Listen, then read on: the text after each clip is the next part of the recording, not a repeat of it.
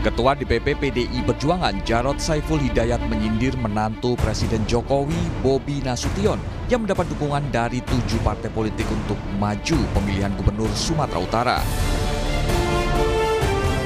Jarod meragukan partai-partai politik mendukung Bobi karena kapasitas, namun lebih karena pengaruh sang mertua Presiden Jokowi. Untuk Mas Bobi juga dapat itu karena Mas Bobinya atau karena mertuanya? Itu pertanyaannya, ya. Belum tentu juga, ya. Pendukung partai yang banyak gitu, raksasa, gemuk gitu ya, super koalisi mana, super koalisi atau super apa ya, gemuk banget gitu ya, itu belum tentu juga. Karena yang menentukan kan rakyat juga, ya. Nah, jadi itu ya pertanyaan saya. Itu karena betul-betul karena faktor kapasitas dari Mas Bobi atau karena faktor pengaruh dari mertua. Dalam beberapa kesempatan, Presiden Jokowi menyatakan tak ikut cawe-cawe urusan politik anak mantunya. Di sela kegiatan di Pangkalan TNI AU Halim Perdana Kusuma Jakarta Senin lalu, Jokowi merespon soal isu restu politik untuk anak bungsunya, Kaisang Pangarep, yang punya kans besar maju Pilkada 2024 usai keluarnya putusan MA mengenai syarat usia calon kepala daerah. Kata Jokowi, tugas orang tua hanyalah mendoakan anaknya. Pak, terkait biaya masuk, Pak, KPU yang memungkinkan Mas Kaisang maju di Pilkada, apakah Bapak akan memberikan restu, Pak, seperti kepada? Tugasnya orang tua itu hanya mendoakan. Pak, terkait biaya masuk, Pak, biaya masuk ke 200%, Pak. Kaisang yang santer akan maju Pilkada Jawa Tengah atau Jakarta makin intens bermanuver. Usai bertandang ke kantor DPP PKS di Jakarta Selatan, Ketua Umum PSI ini mengaku tidak menyodorkan namanya ke PKS untuk maju Pilkada. Oh, tadi kan tanya saya juga ya. Oh, di forum tadi sudah pasti saya tidak menyodorkan nama saya ke DPP PKS untuk mengenai koalisi yang akan segera dibangun oleh DPP PKS yang mengusung Pak Anies dan Pak Sohibul. Itu nanti akan kami bahas kembali di PSI. Restu Presiden Jokowi kerap jadi sorotan sejak majunya putra sulungnya Gibran Rakabuming Raka di Pilpres 2024. Kini majunya sang mantu Bobi Nasution di Pilkada Sumut maupun Kaisang yang digadang-gadang di Pilkada Jakarta atau Jawa Tengah mengulang isu yang sama. Tim Liputan Kompas TV. Politisi PDIP Jarod Saiful Hidayat menyindir menantu Presiden Jokowi Bobi Nasution yang memborong dukungan partai politik untuk maju di Pilkada Sumatera Utara. Jarod mempertanyakan dukungan 7 parpol untuk Bobi karena kapasitas Bobi atau karena faktor sang mertua, yakni Presiden Jokowi. Benarkah Presiden Jokowi punya pengaruh besar untuk menjadikan anak dan menantunya meraih jabatan politik? Kita bahas, sudah ada Ketua DPP PDIP Deddy Sitorus, dan politisi PSI William Aditya Sarana, dan Direktur Eksekutif Lingkar Madani Indonesia Ray Rangkuti. Selamat sore Bapak-Bapak. Sore Bung. Baik. Selamat sore. Bang Deddy, jadi bagaimana PDIP melihat soal ini? Anak menantu Jokowi mulai banyak merapat partai politik termasuk dari Kim dan juga luar Kim nih.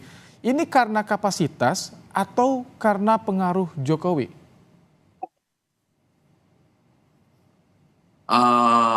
Perlu nggak itu ditanyakan ya? Itu sangat perlu karena Kalau tadi disinggung juga oleh Pak Jarod.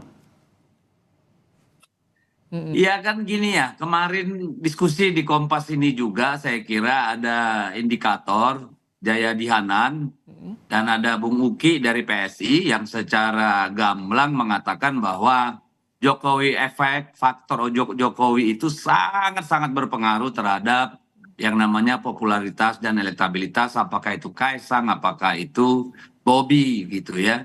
Jadi makanya saya bilang masih perlu ditanya nggak, karena semua survei sudah mengatakan itu gitu Mas. Oke, kalau misalkan tadi sangat-sangat berpengaruh, bagaimana nanti menurut Anda di kontestasi di pilkadanya akan seperti apa kalau misalkan sampai Jokowi pengaruhnya sangat kuat menurut Anda?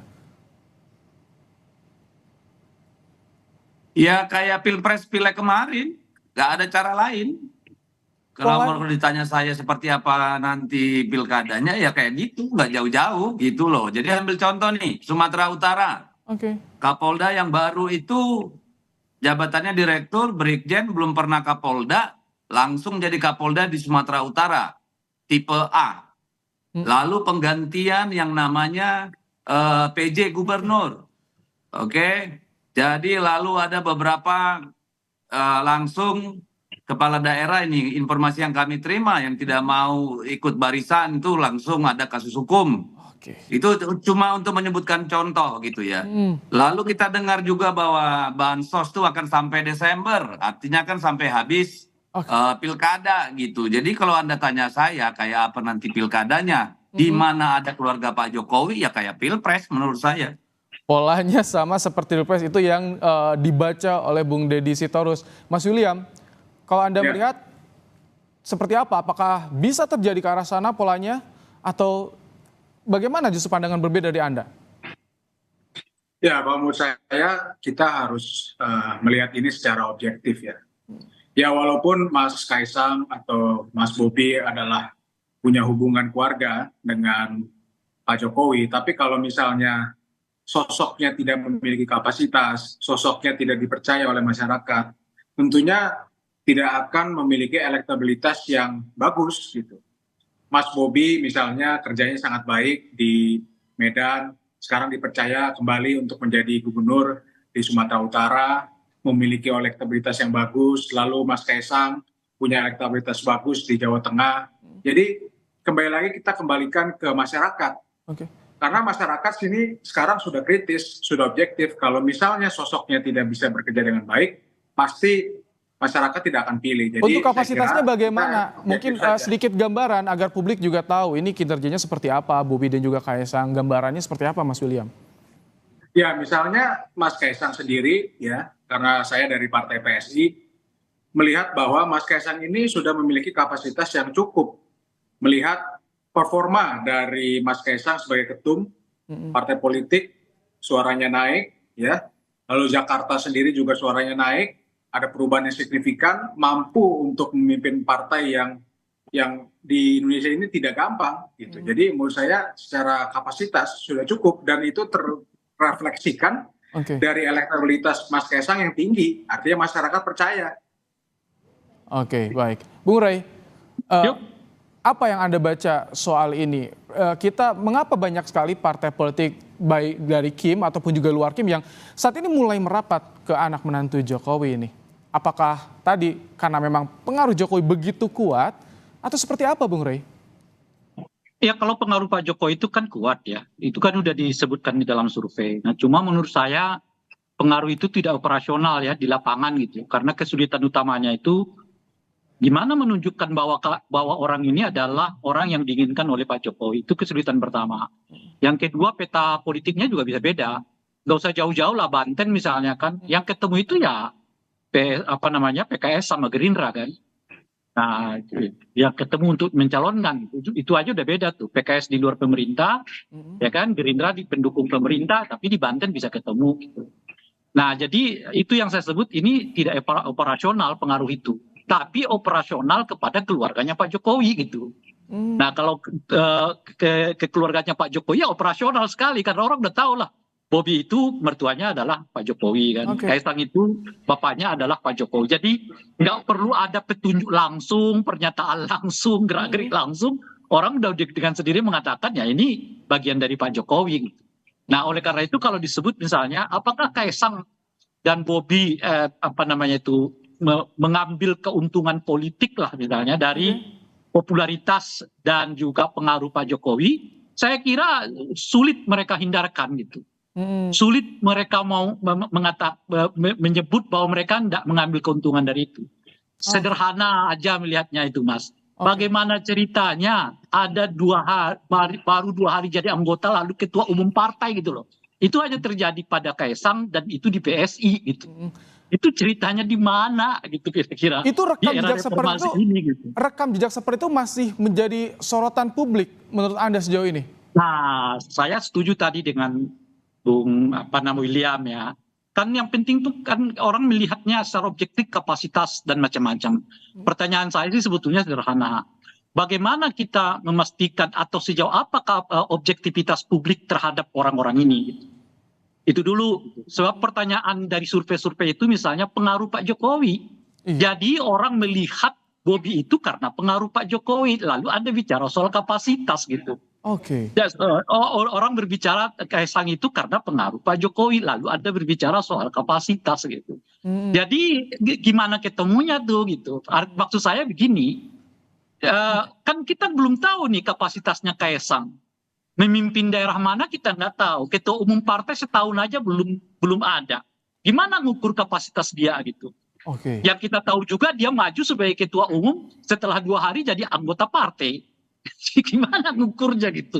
Jadi kan kalau kita bicara soal kapasitas, ya, kalau disebutkan tadi pandangan masyarakat itu objektif, ya pertanyaannya objektif apa yang dimaksudkan gitu. Karena yang bersangkutan seperti Kaisang misalnya, ya kan kita belum tahu. Nah, saudara Bobi kan cuma di Medan. Ya kan kalau di Medan tidak bisa jadi ukuran untuk tolak ukur secara menyeluruh misalnya Sumatera Utara dan seterusnya.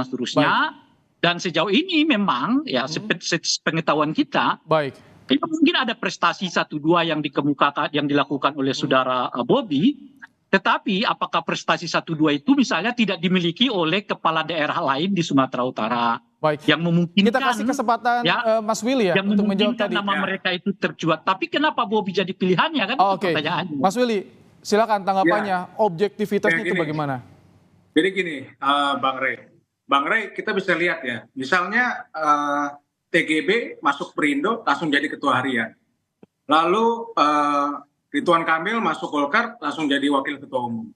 Kenapa hanya mempermasalahkan Mas Kaisang misalnya masuk ke PSI menjadi ketua umum? Menurut saya itu suatu hal yang objektif saja kalau misalnya punya kapasitas memimpin sebuah partai selama kader-kader partai internalnya. Saya boleh jawab nggak itu? Tidak ada masalah gitu ya. Nah, yang kedua, saya boleh jawab nggak? Tunggu, ada yang kedua. Tahan Bang Rey. Jadi Mas Kaisang sederhana menurut saya menjawab pertanyaan Bung William ini. Tahan dulu Bang Rey, tahan sedikit. Silakan Mas William. Sedikit lagi.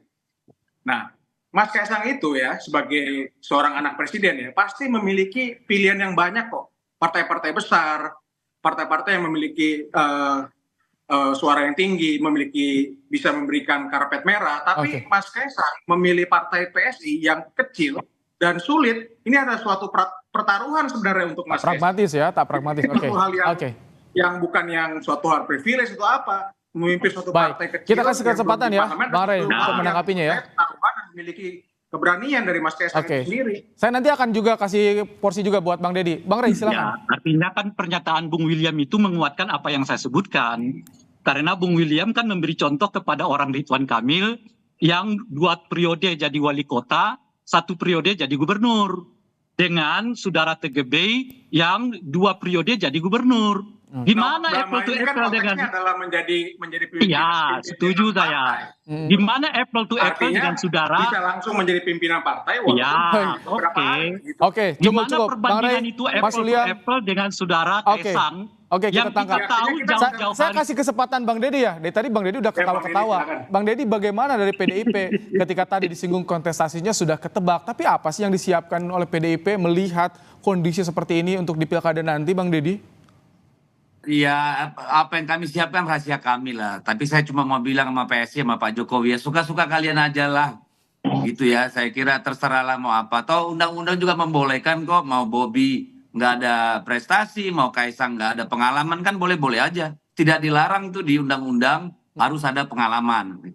Mumpung berkuasa monggo, sakaratmu dewe gitu loh kalau menurut saya ya. Karena gini loh, kita menghormati Pak Presiden sebagai salah satu presiden katanya terbaik dalam sejarah Indonesia. Jadi wajar kalau sekarang semua anak beliau, menantu juga harus dapat jabatan publik sebagai tanda terima kasih rakyat kan gitu nih.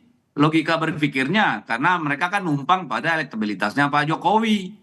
Nah anak-anak muda kayak PSI mikir gini tuh saya mah pusing. Jadi nggak terlalu penting menurut saya dibahas, silakan aja mau apapun. Pak Bobi, monggo Pak Bobi. Jangankan jadi gubernur Sumatera Utara, uang Gibran aja cuma di Solo ngurus 600.000 bisa wakil presiden kok. Who cares gitu kan? nanti tinggal waktu membuktikan. Oke. Jadi udahlah, kita ngapain mempersoalkan itu, selagi berkuasa silakan lakukan segalanya, karena toh katanya rakyat yang milih. Tetapi kalau Anda belajar ilmu politik, Anda pernah berpikir tentang konsep kenegaraan, maka Anda akan mawas diri. Anda akan merasa apa ya negara ini gitu loh. Oke. Jadi ya sudah. Kalau menurut saya sih silat, monggo aja. Baik, Mas William, silakan. Ya. Jadi bagaimana untuk meyakinkan publik kalau ini ada bisa juga objektivitas, kapasitas bagi keluarga Jokowi nih kalau misalkan maju di kontestasi pilkada, Mas William? Ya, misalnya Mas Bobi ya. Mas Bobi kan sukses memimpin Kota Medan, gitu kan. Dan buktinya adalah kepercayaan publik yang tinggi, gitu loh. Kepuasan yang tinggi untuk Mas Bobi, gitu loh. Akhirnya memiliki kepercayaan publik untuk naik kelas menjadi seorang gubernur. Gitu. Nah, untuk Mas Kaisang adalah seorang yang pernah memimpin suatu perusahaan, gitu. Dan banyak usahanya yang sukses, gitu. Dan kita jangan jual merendahkan martabak apa profesi pisang seorang dia? pengusaha, gitu loh. Itu kan bukan suatu hal yang Tunggu dulu, Kaisang coba perusahaannya yang martabak apa yang pisang tuh? Nah, jangan kita merendahkan. Enggak, aku mau nanya itu. Aku sulit membedakan mana yang satu itu. Yang perusahaan yang Kaisang itu apa? Yang pisang apa yang martabak? Loh, nanti bisa dilihat sendiri. Oke, Banyak cukup nanti itu ya. perusahaan yang sukses gitu loh. Tahu Nanti nggak? Bang Deddy bisa lihat sendiri lah, bisa Google lah, bisa lihat. Oke. Oke, cukup ini agar tidak terlalu melebar. Mas Kaisang ini bisa memimpin partai politik, elektabilitas PSI, suara PSI meningkat. Itu adalah suatu prestasi yang tidak mudah untuk dicapai di Indonesia ini, di mana politiknya masih kompleks gitu loh. Baik. Ini suatu hal yang harus diakui bahwa kapasitasnya memang mumpuni. Baik, Bung Rey, bagaimana untuk mengingatkan pemilih agar bijak dalam memilih pemimpin di daerah nanti? Singkat saja Bang Rey. Ya, pertama tanggung jawab para pemimpin. Makanya kalau pernyataan Pak Jokowi sebagai orang tua kita hanya mendoakan saja, saya kira itu bukan pernyataan sebagai pemimpin. Pernyataan pemimpin itu harus menyatakan, saya bertanggung jawab agar kecerdasan publik meningkat, agar nepotisme tidak terjadi sedemikian rupa, dan itu harus mulai dari saya. Oleh karena itu sebagai presiden dan sekaligus sebagai orang tua dari anak-anak saya akan mengatakan kepada mereka untuk memberi contoh yang baik kepada masyarakat ini. Saudara Kaisang, saudara Gibran tidak boleh ikut serta di dalam urusan pemilu dan pilkada selama saya menjabat sebagai presiden. Itu contoh yang terbaik. Itu tugas presiden sekaligus sebagai ayah dari anak-anak yang minat di dalam dunia politik. Baik, kami tangkap. Bang Ray Rangkuti, Direktur Eksekutif Lingkar Madani, Mas William Aditya Sarana, politisi PSI, dan juga Bung Deddy Sitorus, Ketua DPP PD Perjuangan. Terima kasih telah bergabung dalam program Kompas Petang sore hari ini.